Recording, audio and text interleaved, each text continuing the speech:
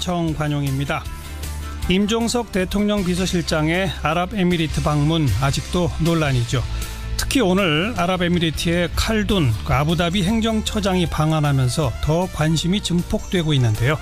도대체 아랍에미리트와 무슨 일이 있었던 건지, 특히 군사 분야와 관련해서는 아마 이분만큼 아는 분이 없을 겁니다. 그래서 정의당의 김종대 의원 직접 스튜디오에 초대했어요. 잠시 후에 이야기 들어보고요. 자유한국당 홍준표 대표가 대구 북구을 당협위원장직을 신청했죠. 이래저래 말이 많습니다. 뉴스 사이다 시간에 정리해드리고요.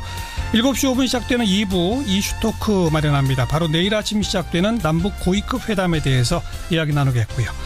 새해 들어서도 식을 줄 모르고 더 뜨거워지고 있는 가상화폐 열풍, 이거 언제까지 어디까지 갈까요? 중앙일보 고란 기자 역시 스튜디오에 초대해서 자세한 이야기 듣겠습니다. 자, 오늘 아랍에미레이트 왕세제의 최측근 인사인 칼둔 아부다비 행정청장, 지난번 임종석 실장이 UAE를 방문했을 때 배석했던, 왕세제를 만날 때 배석했던 인사죠. 오늘 한국에 왔습니다. 그래서 더더욱 임종석 실장의 아랍에미리트 방문 이유 궁금증이 더 증폭되고 있는 상황이죠. 그동안에 전 정권과 아랍에미리트 사이에 부당한 군사거래, 즉 이면 합의가 있었다. 총 6건의 비밀 군사 양해각서가 체결됐다. 이렇게 주장해온 정의당의 김종대 의원을 직접 스튜디오에 초대했습니다. 어서 오십시오. 안녕하세요. 네. 2009년부터 김 의원이 이 문제를 추적해 오셨다고요? 그때 이제 그 원전 계약이 되고 예. 군사 협력이 지속되는 내내 제가 기사를 많이 썼죠. 네. 당시에는 언론인이었으니까. 예. 그래서 그 아크 부대 파병이라든가 그것이 원전 계약과의 불가분의 관계를 맺는 이런 어떤 그 군사적인 측면과 연계고리를 제가 기사화를 많이 했습니다. 네. 그러니까 2009년이 바로 그 원전 계약을 체결한 해이고. 그렇습니다. 그리고 이번에 이제 임종석 실장이 왜 갔을까라고 하는 얘기가 나오다 보니 김종대 의원이 과거 취재해 왔던 것들을 하나씩 공개한 거 아니겠습니까? 그렇죠. 그 최근에 문제가 되는 걸 보고 외교부 국방부의 퇴직자들 중심으로 당시 그 업무에 종사했거나 네. 관계인들 이렇게 해가지고 여러 소스들을 종합해 본 결과 이거는 군사 비밀 양해각서, 이것이 문제가 돼가지고 지금 갈등이 불거진 것이다. 네. 이렇게 언론에도 보도를 했고 제가 주장을 했는데 대체로 맞습니다. 간단히 정리해 봅시다. 우리가 원전을 파는데 네. 아랍에미레이트는 아주 그 21조가 되는 거 아닙니까? 네, 그렇죠. 굉장히 큽니다. 어마어마한 거를 한국 업체에 줄 테니 우리 군사 쪽에 좀 도와달라, 이렇게 한 거죠. 상당히 높은 수준의 요구였어요. 물론 지금 이 얘기도 UAE의 지금 칼둔 청장이 특사로 한국에 방문 중이고 현재 문재인 정부가 수습 중이기 때문에 제가 말이 조심스럽다는 거는 우선 말씀드리겠습니다. 예. 저는 이 정부가 수습을 잘하길 바라고요. 예. 그런데 자유한국당에 의해서 의혹이 불거졌기 때문에 네네. 현 정부의 책임으로 자꾸 몰아가니까 그게 아니라는 걸 제가 반박하면서 이 군사비밀 양해각서 얘기를 한 겁니다. 예. 그 시작은 2009년 12월에 원전 계약을 체결하기 한 달 전쯤인 11월에 UAE하고 우리 정부 간의 그 양해각서가 상호방위 협정 형식으로 체결되면서부터 문제가 시작됩니다. 상호방위 협정. 예. 그런데 여기에 들어간 내용이 우리 상상을 초월해요. 그게 그 UAE에서는 상호방위 조약을 처음에 체결해달라 그랬거든요. 예. 그런데 조약은 국회 비준을 받아야 됩니다. 그렇죠. 그러니까 그거보다 급이 낮은 걸로 하자 이러면서 내용은 대부분 포함을 시켰는데 여기에 이제 우리 국군 파병, 그다음에 UAE군 현대화를 위한 교육훈련, 장비 지원, 방산기술, 군사기술 지원, 이런 것들이 다 망라된 모 협정이 존재하는 겁니다. 이걸 지금 국방부가 밝히지 않고 있는데 존재하거든요. 김태형 장관 사인이 들어가 있습니다. 그게 2009년 11월 예. 한국 UAE의 상호방위 협정 양해각서. 예, 협정인데 이거를 나중에 양해각서로 격화시킵니다. 협정에 사인은 하고 이것마저도 외부에 노출될 우려가 있으니까 양해각서로 하자. 이렇게 해가지고 비밀 양해각서로 관리하게 됐던 것이죠. 예. 조약보다 낮은 협정에 사인을 했는데 양해각서 형식으로 존속시키자. 그렇습니다. 우리 국방장관 사인이 들어간. 그리고 오늘 당 상무위원회에서 2009년부터 13년까지 5년 동안 총 6건의 비밀 군사 양해각서가 체결됐다고 주장하셨잖아요. 네. 왜 6건이나 되는 겁니까, 그러면? 자, 그 포괄적인 군사교류 협정을 체결하고 이게 이제 상호방위 협정을 양해각서로 나중에는 이제 격화시키지만 9년 11월에. 예. 그런데 이건 포괄적입니다. 예, 그런데 예. 각각에 대해서 아하. 예를 들어 정보 지원, 네. 군수 지원, 교육훈련 지원 아하. 이 부분에 대해서는 더 실무적이고 구체적인 그 절차와 내용을 명기할 필요가 있으니까 후속 양해각서가 그 뒤에 시기를 전부 달리해가면서 예, 하나씩 차례대로 체결이 됩니다. 그 이듬해 4월에 군사 비밀 정보 보호에 관한 약정이 체결되고 또 정보 보안 분야 교류 협정에 관한 양해각서도 체결돼요. 2개가 정보입니다. 예. 그다음에 6월에 군사 교육 및 훈련 분야 협력에 관한 양해각서, 예. 교육 훈련 분야 이건 이제 6월에 체결되고 2달 후죠. 예. 그로부터 또 3달 후에 9월에 방산 및 군수 협력에 관한 양해각서가 또 체결됩니다. 그런 다음에 해를 넘기다가 박근혜 정부 때까지 이게 와가지고 예. 2013년 그러니까 박근혜 정부가 이명박 정부의 그 군사 정책을 계승해서 이번에는 상호 군수 지원 협정 양해각서를 2013년에 체결합니다. 예. 그러니까 이게 일직선 상에 놓여진 그렇죠, 거예요. 모 그렇죠. 협정이 존재하는 거에 따라서 알겠습니다. 각각 분야에 따라 후속 조치가 이루어진 것이죠. 모 협정의 구체적 내용을 명기하는 양해각서가 차곡차곡 체결됐다. 예, 그때 필요에 따라서. 네. 근데 맨 처음에 이게 상호방위 조약부터 시작했다고 그러지 않았어요? 그렇습니다. 보통 상호방위 조약 그러면 뭐 군사적 분쟁이 생길 때 자동 개입하고 뭐 이런 조항도 들어가기도 하지 않습니까? 예, 한미 관계를 떠올리시면 됩니다. 우리가 한미 상호방위 조약을 맺어가지고 동맹국이 된 겁니다. 그러니까요. 그러니까 동맹이 되기 위해서는 이것부터 체결해야 되거든요. 그런데 이 조약은 너무나 정치적 부담이 크죠. 국회 비준도 받아야 되고, 네. 또 우리가 이런 조약을 체결한 게 미국밖에 없는데. 예. 미국 말고 또 다른 나라가 등장한다? 그러니까요. 이거 복잡한 중동 정세에서 예. 어디까지 연루될지 모르고 그러니까 이건 과하다. 예. 그래가지고 UAE 측이 요청했으나 불가하다. 조약은 안 된다. 안 된다. 그래서 이제 협정을 초안을 사인까지 했는데 이마저도 사실은 외교부에서 네. 이거 하면 큰일 납니다 하고 반대했어요. 예. 외교부의 실무자들 이야기입니다. 그래서 퇴직한 사람들이 아주 자세히 그걸 얘기를 합니다. 그 반대하다가 퇴직했나요? 그렇습니다. 이것 때문에. 그런 경우도 있어요? 예, 사표 내버렸어요. 예. 그런데 그 영문으로 된 그 조약 초안을, 협정 초안을 국문으로 번역하는 일을 외교부에서 했나 봐요. 그러니까 청와대에 이제 국문, 영문 2개 버전으로 보고를 했다는데 네. 여기에 이제 참여한 사람들은 국방부가 정말 선을 넘은 것 같다. 그런데 그 후에 양해각서 형태로 이게 계속 되는 걸 보고 개탄을 맞지 않는 이런 분들이 계시고 저한테 자세한 사정을 제보했습니다. 그럼 거기에 상호방위 조약적인 그 MOU 상에 내용이 들어가 있는 자동 개입 조항도 있는 거예요?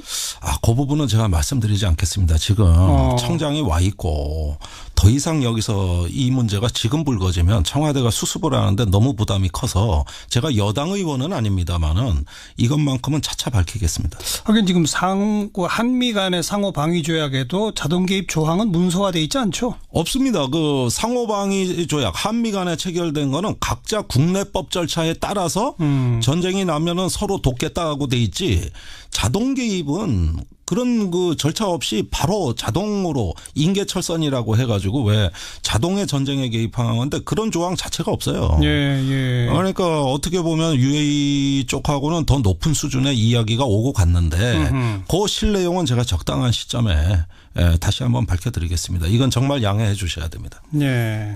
그런데 그 후에 이제 차곡차곡 그 이른바 모 협정이라고 할 수 있는 것의 내용을 구체화한 걸 아까 10년 4월, 6월, 9월 뭐 이렇게 쭉 설명해 주셨잖아요. 네. 근데 그 안에 소위 말하는 자동 개입과 관련된 MOU는 없네요. 그러니까 뒤에 후속 조치로 나온 MOU들은 군수, 교육훈련, 정보에 관한 개별 양해각서지 국가 대 국가의 관계를 명시하는 건 아니잖아요. 네. 그러니까 이건 후속 조치에 불과한 거고 맨 앞에 체결된 거. 이게 이제 그 상호방위의 그 내용을 포함하고 있다는 것입니다. 네. 그런데 이명박 대통령은 임용 계약 없었다고 밝혔잖아요. 문자적으로는 맞습니다. 원정 계약을 따로 체결해서 그 계약서에 이런 내용 넣지 않습니다. 그거는 사업자끼리 맺는 겁니다. 그 원정 계약서에 이명 계약은 아닌 우리 거죠? 뭐 한수원이나 알겠습니다. 그 아랍에미레이트의 사업자끼리 하는 거고 지금 말씀드린 건 순수 정부 간에 맺어지는 거니까 이건 예. 이면 다른 합의라 별도의 이면 합의라고 봐야지 예. 이면 계약은 아니죠. 거기다 넣을 수는 없죠. 알겠습니다. 네. 그런 의미에서는 그 말이 맞다. 문자적으로는 맞죠. 그러나 기만입니다. 근데 한국당의 김학용 의원은 이건 노무현 정부 시절 체결된 거다라고 또 주장했어요. 그건요. 이거 참 웃어야 될지 울어야 될지 모르겠는데 그거는 터무니없는 이야기입니다. 노무현 대통령 때도 양해각서는 맺었었어요. 그거는 그 우리가 T-50 고등훈련기를 수출한 항공산업의 동반자로 예. 추진을 했는데 수출을 못했습니다. 예. 실패했어요. 예. 결국 우호적인 관계 이건 세계 여러 나라하고 일반적으로 다 맺는 양해각서를 체결했고 그 내용이 지금 관보에 떠 있고 네. 시중에 다 공개가 돼 있습니다. 이건 공개 협정이에요. 그런데 김학용 의원 주장이나 자유한국당 얘기는 뭡니까? 그 공개된 내용에 따라서 2006년 7년에 체결된 걸 근거로 2010년에 우리 특수전 부대를 파견했다? 황당한 얘기입니다. 별개의 건이다. 아니 우선 시차도 다르고 내용도 다르고 예. 이 국군을 파병하는데 어떻게 그런 일반 양해각서 갖고 합니까? 네. 그건 말도 안 되는 얘기고요. 네. 그건 물타기. 전형적인 그 물귀신 작전이에요. 그때는 그 훈련기 계약을 하다가 네. UAE가 요구하는 군사적인 어떤 도움을 조금 주기로 뭐 이런 거겠죠? 방산 물자를 수출하게 되면 예. 그 군사적인 우선 우호 관계임을 확인하고 상호 군사 기밀을 지켜줄 수 있는 일반적인 협정을 하는데 우리나라가 수십 개국하고는 이미 체결돼 있죠. 거기까지 한 건데. 예. 그런데 제가 지금 말씀드리는 건 그게 아니라 군사 동맹에 준하는 네. 이런 수준의 별도의 MOU가 있다는데 어떻게 이게 같습니까? 그건 알겠습니다. 이명박 정부 때 저질러진 거예요. 이런 그 비밀 군사 양해각서는 우리 국내법 위반입니까? 우선 그런 높은 수준의 군사협력은 반드시 조약으로 체결해야 되고 국회 비준을 받아야 됩니다. 이것을 피해가기 위해서 비밀 양해각서로 했다는 것은 우선 헌법적인 가치에 대한 도전이라고 저는 생각합니다. 예. 왜 헌법의 60조에서 이런 걸 규정하고 있느냐. 반드시 외국과의 중대한 우리 안전보장에 영향을 미치는 건 조약으로 체결해 국회 동의를 받아라. 예. 이게 헌법 정신이거든요. 예. 그런 점에서 저는 헌법농단 사건이라고 봅니다. 네. 그런데 이제 그렇게 쭉 그 국방부가 좀 너무 나간 것들을 해놨더니 탈이 났죠. 정작 그걸 이행하기가 어려워진 건가요? 우리 군이? 예. 박근혜 정부 중후반이 이제 예멘 내전이 격화되고 UAE와 사우디가 파병을 예멘에 하면서 군사적인 수요가 급해졌습니다. 예멘 반군이 UAE의 원정과 정유 시설을 미사일을 발사해 폭파하겠다고 협박을 했어요. 그러다 보니 자국 안보가 급해졌고요. 한국의 군사 지원을 기대했던 것이죠. 그런데 내전이 격화된 2015년으로부터 우리가 소총, 기관총 또 탄약을 UAE에 공급했는데 이 정도가 아니다. 그러면서 그 2013년에 체결된 군수 지원에 대한 양해각서를 준수할 것을 우리 정부에 압박을 해왔습니다. 그러다가 이제 정권이 바뀌고 송영무 국방장관이 작년 11월에 UAE를 방문해서 이 도저히 국내법을 위반하면서까지 UAE에 군사 지원하는 것은 불가하다는 입장을 통보하자. 그러면 지난 정부가 다 합의해 줬는데 안 하겠다는 얘기냐. 이러면서 탈이 나기 시작했죠. 결국 그게 오늘까지 이르게 된 것이라고 저는 파악하고 있어요. 송영무 장관 11월 아랍에미리트 방문, 그러니까 아랍에미리트가 더 강하게 반발. 그래서 임종석 실장이 갔다.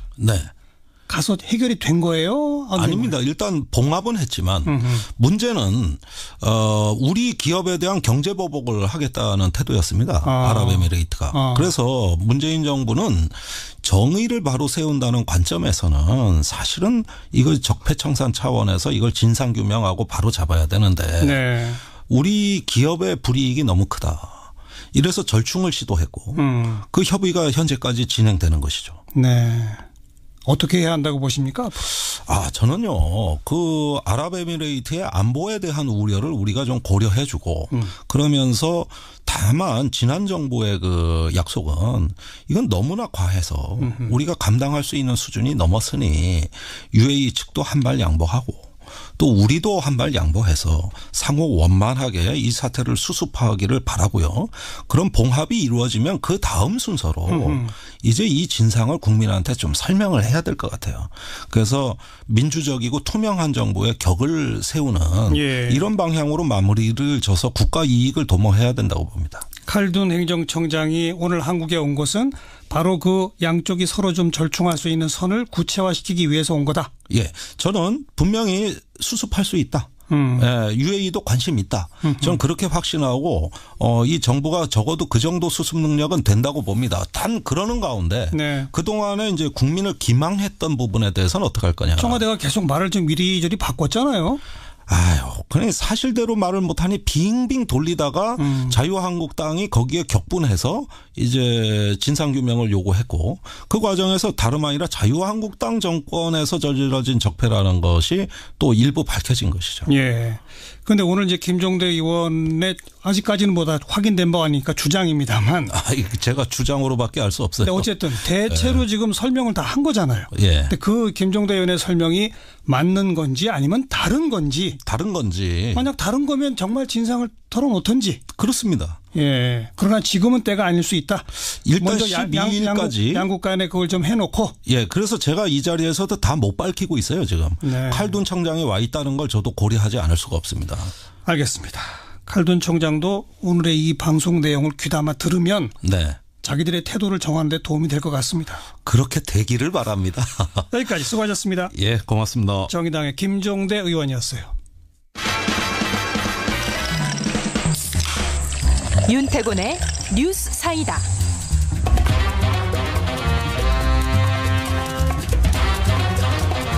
윤태곤 실장 어서 오십시오. 네, 안녕하세요. 자유한국당 홍준표 대표 대구 당협위원장 자리에 지원한 게 설왕설래 말이 많네요. 네, 대구 북구에 신청서 냈대요. 네.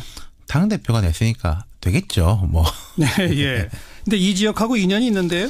이게 그 홍 대표가 아니더라도 대선 주자급이면 사실 별 개인적 인연이 없어도 둥지를 트는 경우들이 많아요. 네. 그런데 통상적으로 상징성이 있는 곳이나 뭐 험지에 가거나 그러니까 종로나 강남 뭐 이런 그렇죠. 아니면은 뭐 험지. 내가 뭐 돌파하겠다. 그렇죠. 대구면은 보수의 심장, 자유한국당의 근거지라는 상징성은 있죠. 예. 근데 이게 힘든 곳이라 보기는 어렵지 않습니까?